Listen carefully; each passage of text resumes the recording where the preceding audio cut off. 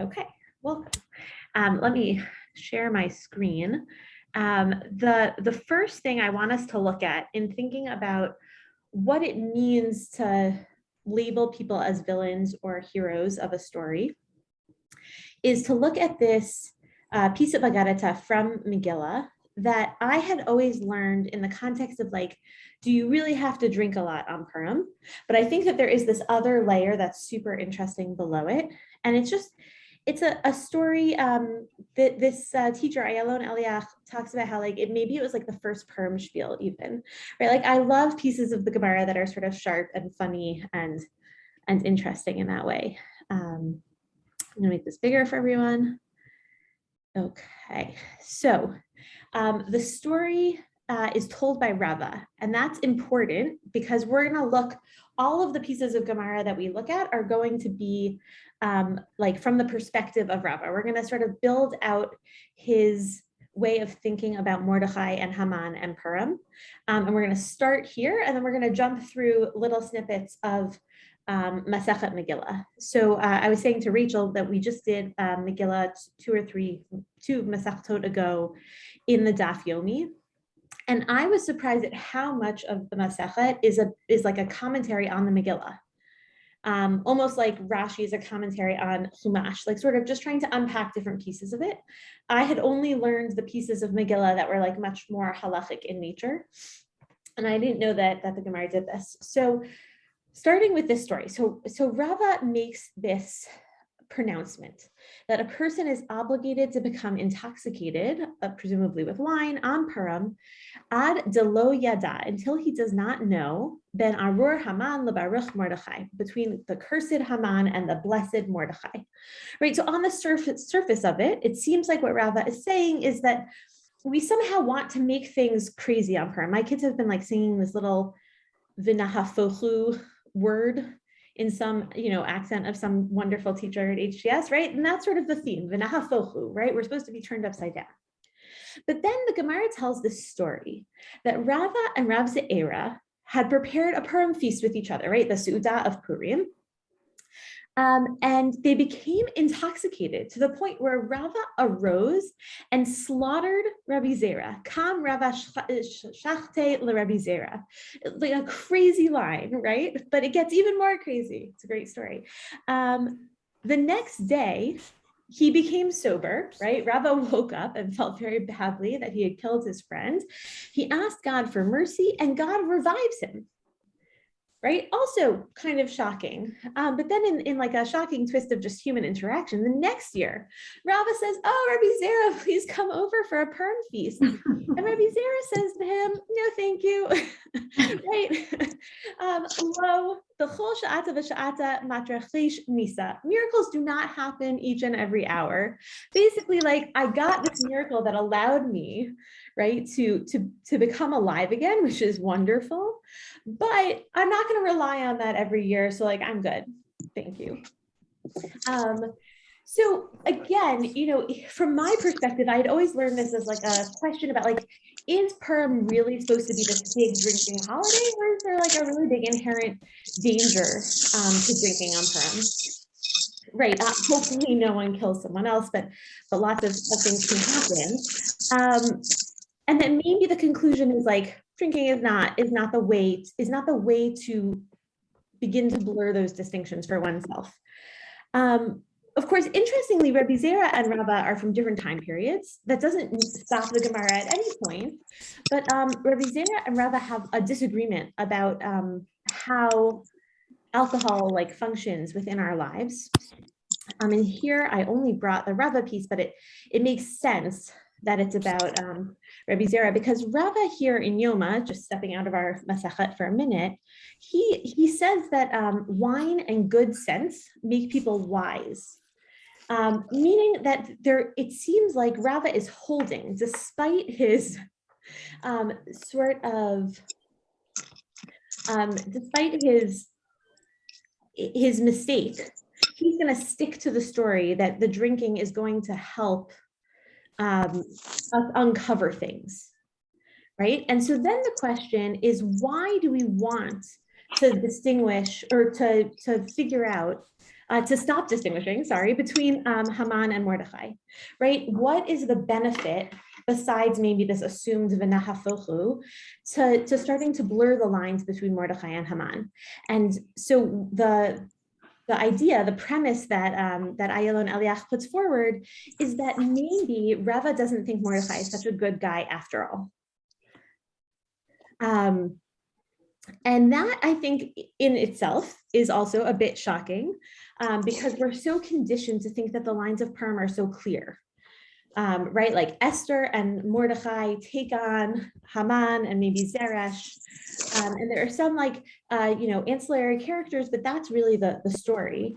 And so the idea that Rava already way back in the time of the Gemara thinks like maybe that's not so clear, I think can add a layer of depth to our thinking about Purim. And in particular, this year I've seen a lot of commentary, nothing serious yet, but I assume something will come out about thinking about President Zelensky of Ukraine as a modern day Esther, right? Like the person whose time has come to be able to save his or her people. And I think it's not often that we compare people to Mordechai or to, actually many times to Haman, right? We often trace that lineage back all the way to Parshat Zachor, all the way to Amalek. But Mordechai, I think there is some tension or confusion around him.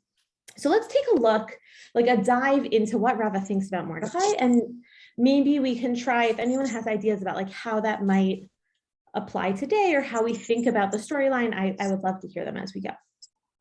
So the first source, and I did not bring all of the Megillah sources to clog up this page, is about the very first feast, right? It's commenting on the first chapter of Esther. So when Achashverosh has this very big, extravagant feast in his palace, and people come, it says that there were people who poured drinks, right? The rule on the drinking was that there were no restrictions, and that each and every the king had given orders to comply with each and every person's wishes. And so Rava says, what does that mean? So Kiratzon Ish Va'ish. He explains that the Ish and the Ish is not like every man in the palace or at the Suda, but it is actually talking about two very specific people, Mordechai and Haman. And that it was the wishes of those two people. And so the understanding is that Mordechai and Haman were the butlers that served wine at the feast. Now that I think is also kind of shocking. I think of Haman as like this sort of elite royalty in the story, and he's like being a steward of wine at the Suda. So I think already Rava is sort of knocking them both down a peg, perhaps. And he explains why is this interpreted this way, because both men are referred to as Ish, right? Mordechai is called Ish Yehudi in Perek Bet Pasuk Hey, and Haman is called Ish Sar Va'oyev in Zayin Vav. And so I don't know the answer. Like I think I have more questions than answers here. But why would Rava try to start equating Haman and Mordechai together? They both play this role at this feast that the Chazal like sort of looks down upon. And then we go to an even greater piece here. And here in the Gemara, we're talking about when the king can't sleep at night, and he asks to be read from his book of good deeds, and he learns that Mordechai did some good deed for him. And he asks, right, Achashverosh asks, have we done anything for Mordechai to thank him for this service, right? And the stewards, his servants, Bigtan and Teresh, those are the people denounced, the servants, say nothing at all has been done for him. And Rava says, why do they say lo na'asa imo davar, lo mipnei she'ohavin et Mordechai, ela mipnei she'son'in et Haman? And this is like, I think, classic, right? Your enemy's enemy becomes your friend. They say if no one loved Mordechai that much, it's that they hated Haman. And so because there was this well-known feud between Mordechai and Haman, the king's servants realized that by elevating Mordechai, they would denigrate Haman. So if you had assumed maybe from the Pshat reading of the the storyline that the servants either felt neutrally towards Mordechai or positively, and here they got to reward him. Don't think that. Just realize that this is all like a backhanded insult to Haman. Is that clear so far? I feel like I'm talking like a lot. Okay, good. So I think that, right, Ayalon Eliach points out, like, none of this is pshat. Rava is working really hard to undermine Mordechai throughout this story. Right, first by saying he becomes some kind of butler on par with Haman, now saying, like, actually, no one even regards him that nicely in the story. Like, there's a lot of contention. And so here we get to the piece of the story. And so I brought the Esther in too, where I think we really uncover the heart of the matter. Right, this is from the beginning of Esther from Perek Bet, where it explains some of the characters, right? And it says, Ish Yehudi haya b'Shushan havira ushmo Mordechai. So a Jewish man was in Shushan. His name was Mordechai ben Yair ben Shimi ben Kish Ish Yemini. And there's a lot of question about his lineage line. But the important part here is Asher Hagla Yerushalayim im Hagola Asher Hagalta im. Okay, great. That he was exiled from Jerusalem in this group that had been carried into exile. And I don't actually know what the tradition is at the AOM or in other shuls in this area, but I've always heard this pasuk lamed in the Eicha Trop, that there's like an element of mourning here.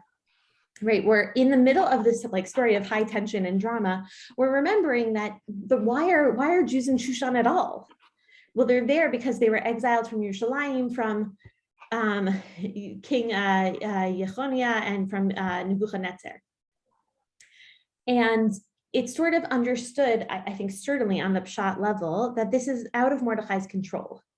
He is one of the people who leaves because he has no say in the matter. This is about this feud. And yet, Rava is quick to join in and find a way to make this a bad thing about Mordechai as well, right? He says here, oh, the language of Asher Higla, which I guess is like the passive voice, indicates that he went into exile, sorry, not the passive voice, he went into exile on his own, not because he was forced to leave Yerushalayim. Right, and so here we have like I think the baseline for why Rava hates Mordechai. Mordechai is that guy who went abroad to like find better opportunities, better life, right? He is like the diaspora Jew. He didn't have to leave. He chose to leave on his own. And that makes it hard for Rava to think of Mordechai as a hero. I think that's like I feel that tension when I'm at yeshiva now between the Israelis and the Americans, right? Like diaspora Jews very much have chosen to live in the diaspora for whatever reasons. It's easier, it's better, it's nicer, it's closer to your parents, whatever reason you use to justify it. And that there's something inherently like wrong, according to Rava, about that. And interestingly, Rava is a diaspora Jew, right? He lives in Babylonia. But I do think that this is really this has to be the base reason for why Rava has so many questions about Mordechai. But then it goes further. And Rava really, I think that what we're going to see here is he goes so far as to suggest that Mordechai brings this disaster upon the Jewish people of Shushan.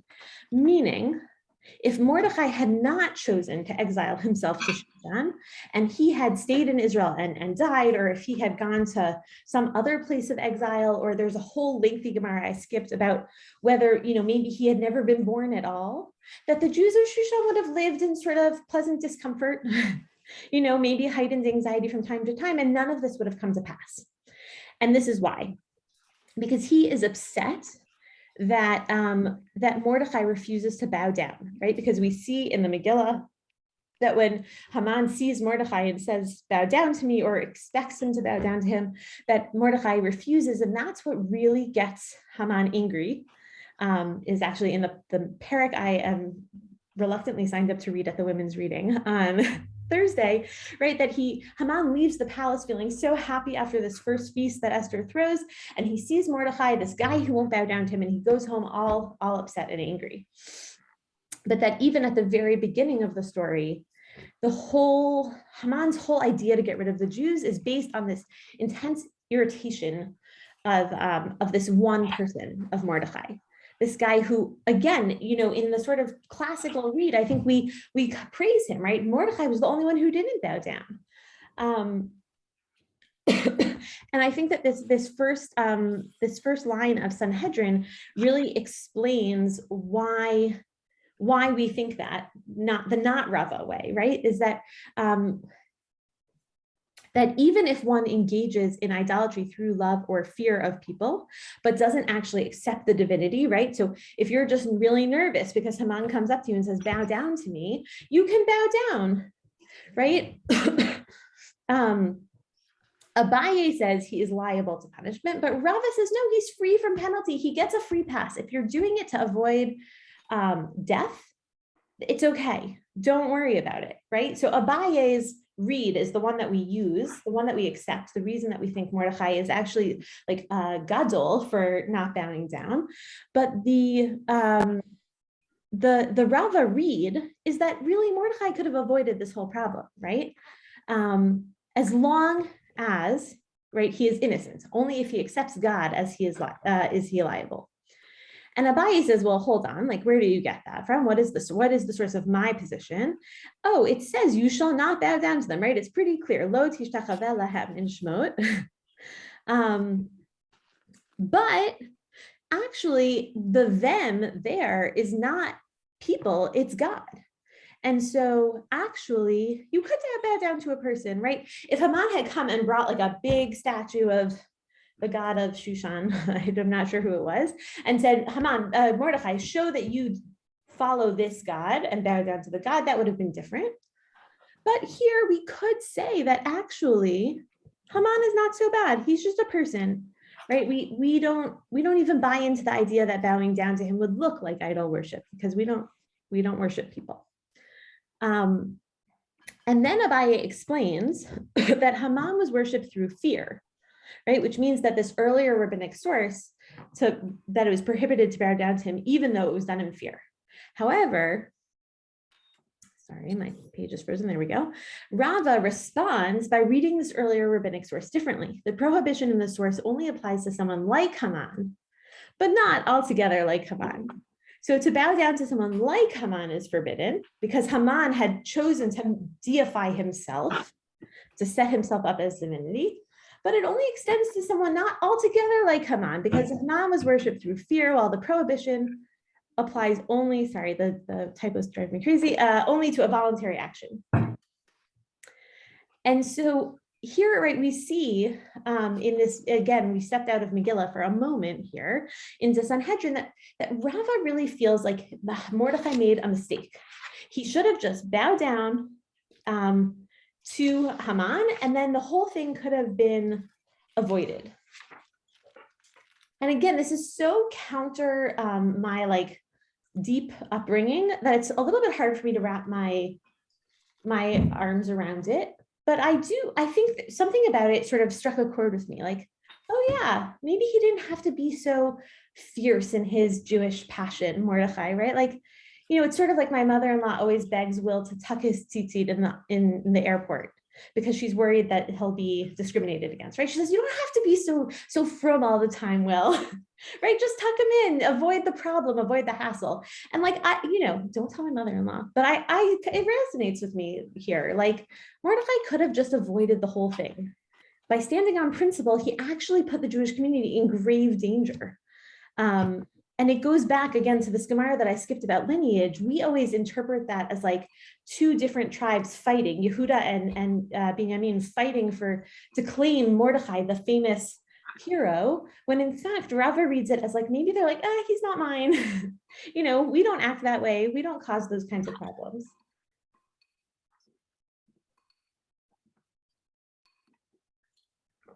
I'm throwing a lot at everyone. Does anyone have any questions or ideas, thoughts?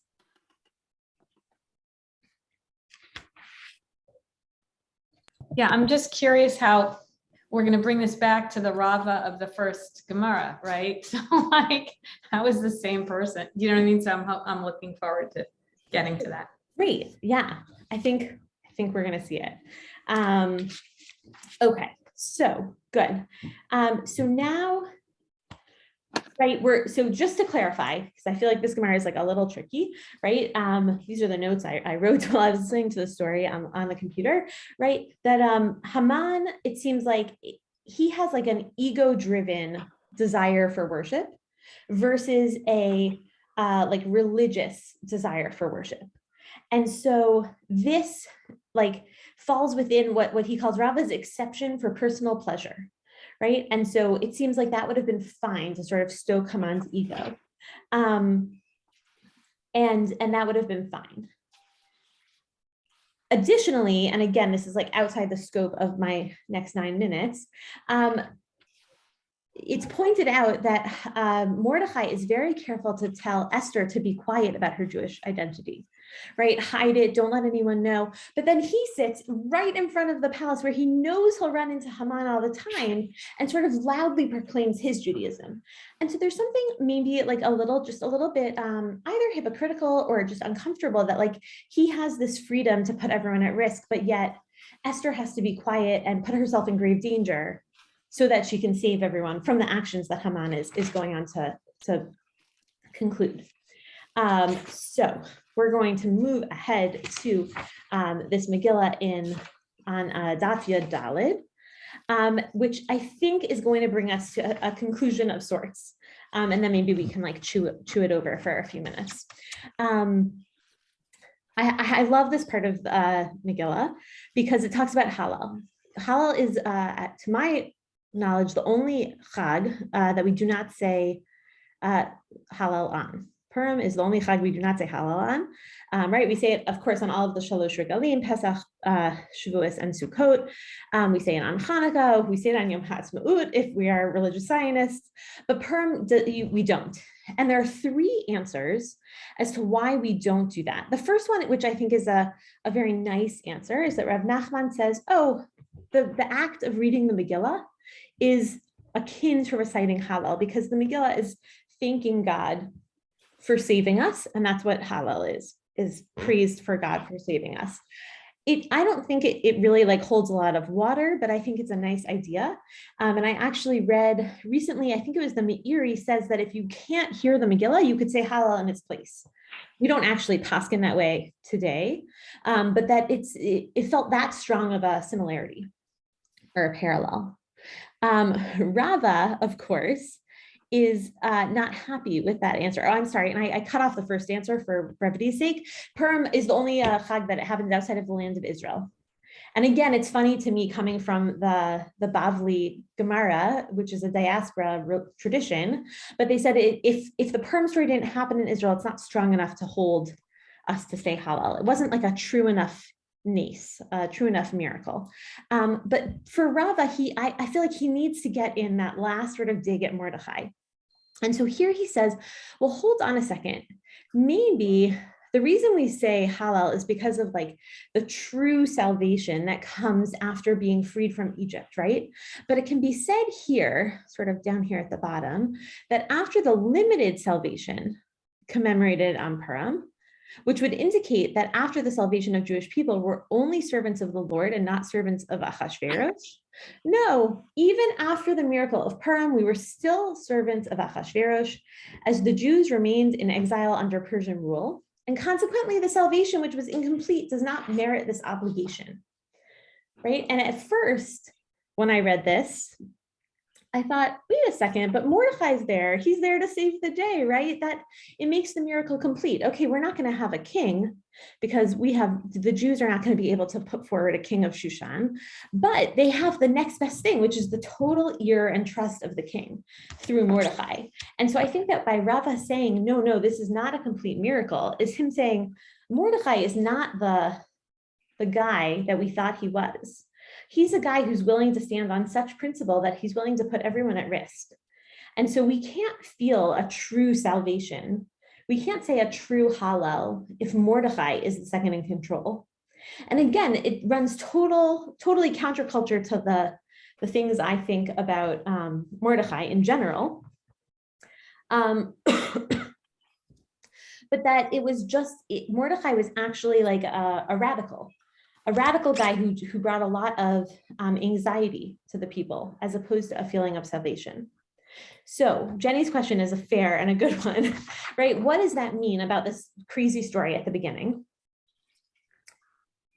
I think that what he's saying is we always assumed the nahafochu was like just to be confused. There's like some kind of benefit to experiencing that nahafochu feeling of Purim. And that's why you drink until you can't distinguish. And I think that what Rava is saying, based on his premise that wine makes you smarter, is actually, let's acknowledge that there is no distinction between Haman and Mordechai, that they both have some villainous characteristics to them. And so you should drink until that becomes clear to you, right? It's not about becoming like muddled up. It's about clarifying. Mordechai seems so good on paper, but actually there's not a lot of distinction until we can't really tell between Haman and Mordechai. Their actions put us in similar danger.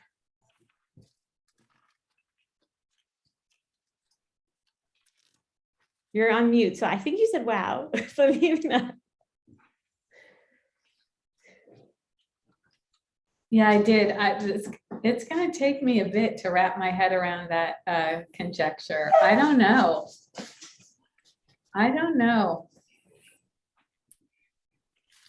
I mean, it's very provocative. It's cool. Thank you for putting it out there. So I think, I'm not sure how I feel about it either, but I think that in a world, I heard recently a shiur where the premise was that when we accept the Torah back in Shemot, and there's a midrash that God held the mountain over the people, and so there was like no choice. There's a Gemara that says there was no choice until the time of Purim. And like, surely we must have been able to find a time of choice in between Matan Torah and Purim. And what the teacher was saying was that Purim is like every man's time, right? As diaspora Jews, as modern people, it was basically like saying we all have the choice now. And that's kind of how I feel about this blurring of distinctions. It's like in the story of, and I think we spoke about this last week or 2 weeks ago we spoke about it last week in the calendar shiur, that the Pesach miracle felt very straightforward and concrete. Paro is a bad guy, and we escape from Mitzrayim. We're allowed to be happy when the Mitzrayim die. There's sort of this like very safe feeling about the Pesach Geula that I think the rabbis don't feel on Purim. There's just an anxiety about that piece of it. And so that's a good joke, Stephen.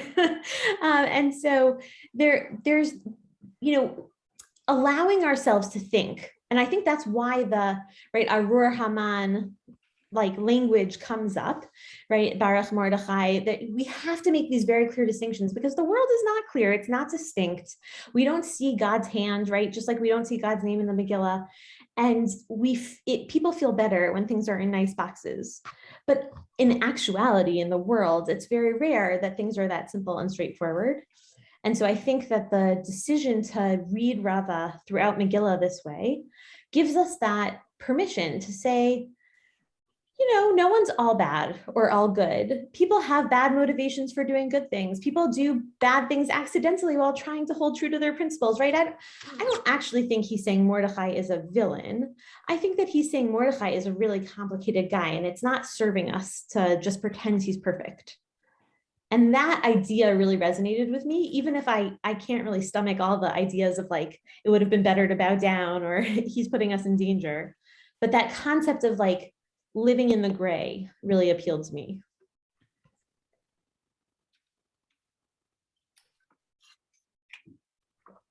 Can I ask a follow-up question about that?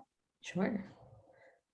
Do you think that, this is sort of a psychoanalytic sort of perspective, but do you think there's any chance that what happens in the Rava and Abizar story and why he hates Mordechai so much is that that's basically what Rava thinks about himself as well. Like he was, Mitzad he's like such a gadol and he's so proud and he's like running the diaspora and he's like huge, right? He's the one you remember from the Gemara.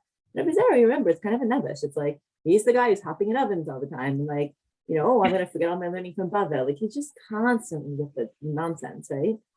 But when it comes down to it, Rava, like all that greatness in him, he's a murderer, right? Like, yeah. he passed it up. He really saw what he was like. What he turns out he's like is that the other side of that coin is that he's really quite like scary, right? I don't know. I mean, he seems like he shares some of the traits that he's, complaining about in Mordecai. I mean, he also is the ultimate diaspora Jew. Like he's buried in Eretz Yisrael, but chutz mizeh, right? Totally uninterested, right? I don't know. It just seems, I wonder, like if it's supposed to be almost like a meta commentary on all of us, or at least someone, like a really great guy like Rava. I like that. I think I could imagine Rava hiding behind his mantle of leadership a little bit. Like, I have to do these things. I have to make these hard choices, right? But Mordecai, he didn't have to. He could have stayed in Israel. I had to be exiled to Bavel, right? There's like maybe fueled by that anxiety is like a defensiveness almost. Mordecai was not also appointed to any leadership position. Right? He took it upon himself to sort of be that guy. Yeah, I think that's a great point.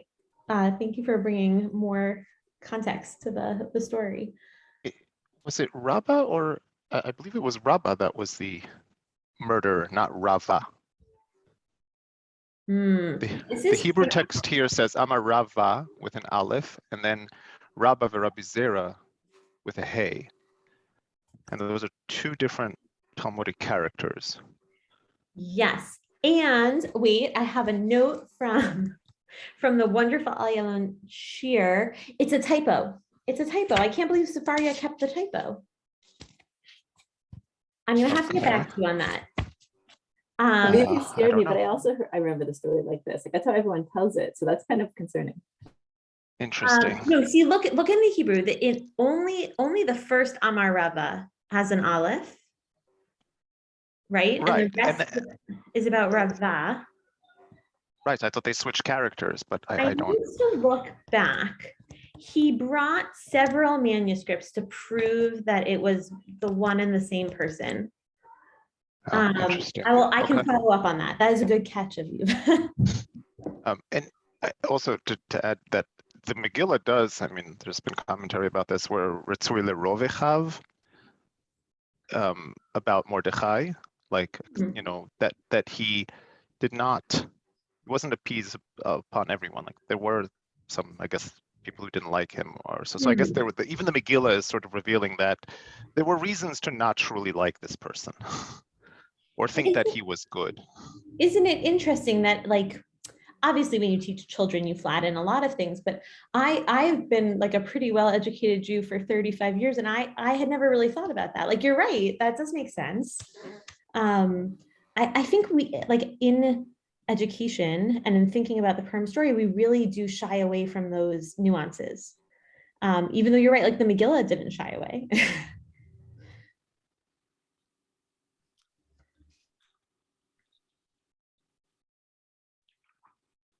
I just wish Rabba would give us the reason that he thought, rather than leaving it very ambiguous. Like, why doesn't he just say, here's where he sinned, Or have an open debate about it like they do around David, right? Kol Omer David Chatay no ela toeh. Like, let's just be blunt about it. Like, this is where I stand. But they don't seem to.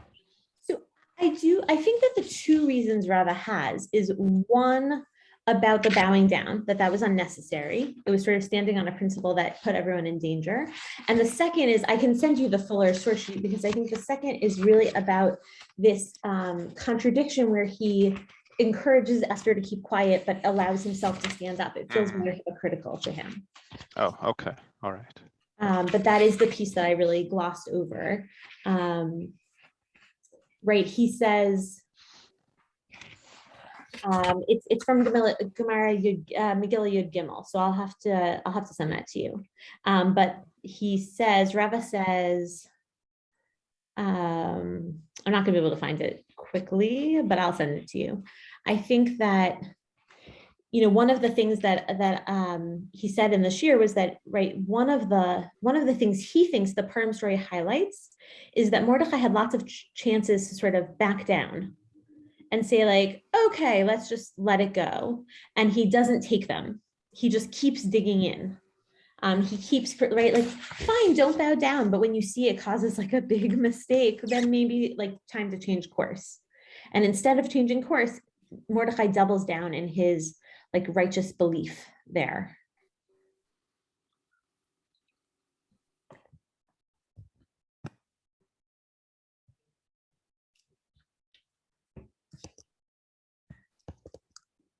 So I don't know how you think about that piece, but I think, yeah, I think we read the Megillah through our own lenses.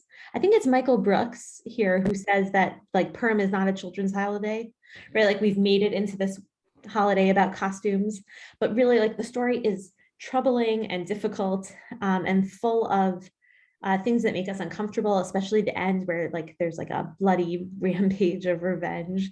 And that if we looked more carefully, like it actually, it's crazy to say this right now, Rachel, but I almost want to go back and learn Megillah one more time to like really try to follow the chain of Rava's thoughts about the Megillah further, because obviously this is just excerpts. And then also to try and read the Megillah, and I don't know if it's really possible, but like to take away all of my preconceived ideas about who is good and who is bad and what is happening. And really, like you're saying, Aviv, like read the nuance and see how Mordechai really comes out. And then to think about, think about how we talk about our heroes and how we talk about our leaders, right? So your point, Rebecca, like leaders, I think, carry an enormous amount of anxiety and guilt and sometimes shame when they have to make hard choices. And I don't think we always as communities give them the space for that. And maybe this is what happens, right? Then you refuse to back down, you refuse to change course, or you end up killing your friend, Rabbi Zera, who lived, many hundreds of years before, after, I don't remember.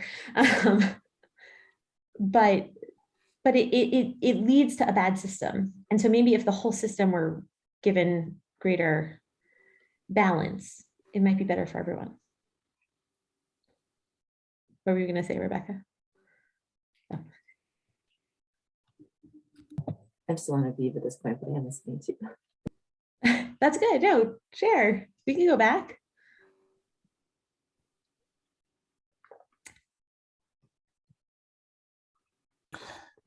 No, we're over time, so I don't want to say too. But I had a couple of things. Could I just add? Yeah, I have time. Everyone should feel free to leave if they have to. Mark will write down your name for later. But I have time. I'd love to hear. No, just a couple of, so I don't know how these, one thing is I show a clip in a lot of my classes actually from an old 60 Minutes episode from 1982, believe it or not, with Mike Wallace, where it was the something anniversary, I forget what, maybe it was I think it was the anniversary of the rise of the Nazis to power or something, 50th anniversary or something. Anyhow, it's about the Eichmann trial. And Kotzetnik, who was a very famous survivor and writer, wrote mostly in Yiddish, but he testified at the Eichmann trial. And he very famously, we have video of it, he passes out as he's testifying. He's looking at Eichmann in the glass booth and he passes out. He just falls to the ground. And it's an incredible scene. And Mike Wallace asks him, "Why did you pass out?" And he said, "Because I looked at Eichmann and I saw he was just an ordinary man, just like me, just like you. That the evil is in all of us, that anybody could be an Eichmann," which I thought was I always say I think is very powerful. Yeah. But then I was thinking of like, can you say that really about like people like Hitler or maybe in this case Putin? Are there redeeming features of these people? I mean, I don't know.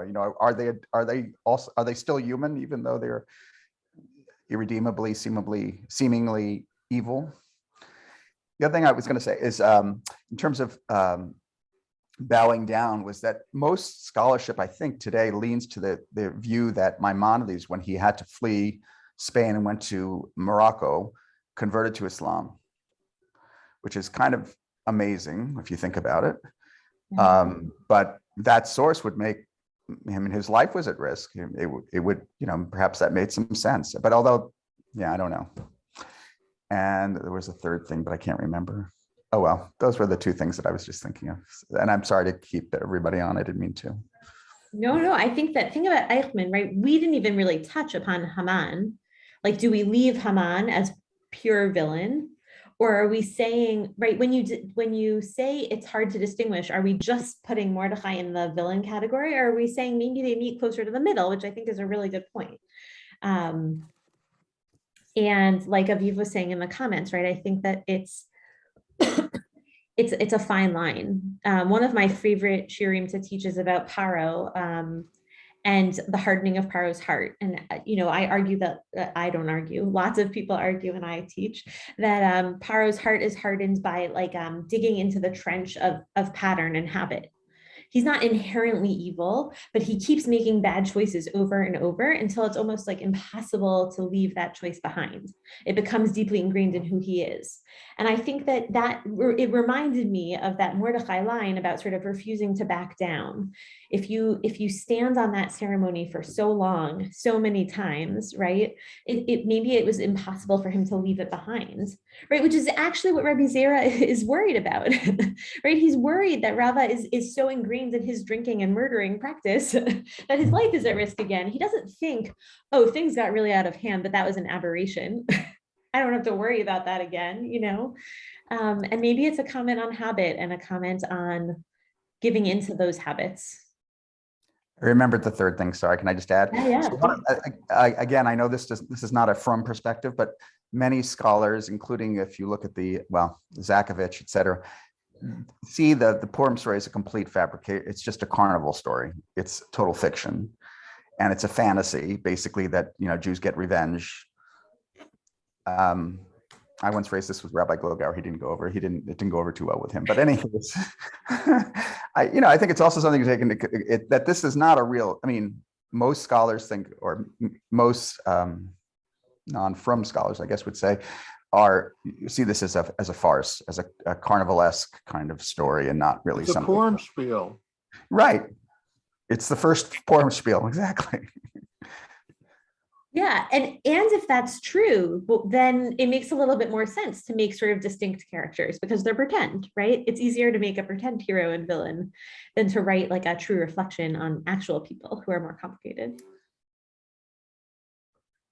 Although I will not weigh in on either direction about the scholarship and authenticity of the story. But I think that certainly the story lends itself to thinking that way, right? Like all the things that happen just perfectly at the right time with the right people. It feels too good to be true, for sure. Wow, these are great quotes. I'll have to download the chat as well to go back and look at everything.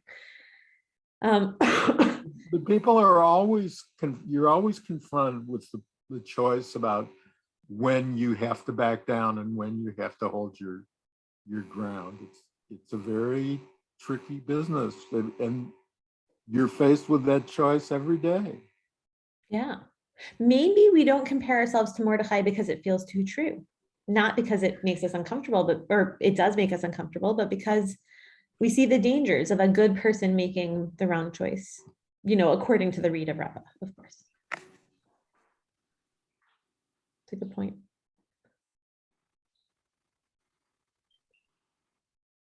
Thank you guys so much for indulging in my radical reading of Megillah and for thinking about it and chewing it out over. I'm happy to listen to more, but also happy to have everyone go about their days. And if anyone has any thoughts on Purim as they hear the story, I would love to hear them. I'm very interested in this idea. All right, have a wonderful day, and I'll see everyone soon. Early Shabbat Shalom. Thank you very much. Bye, guys.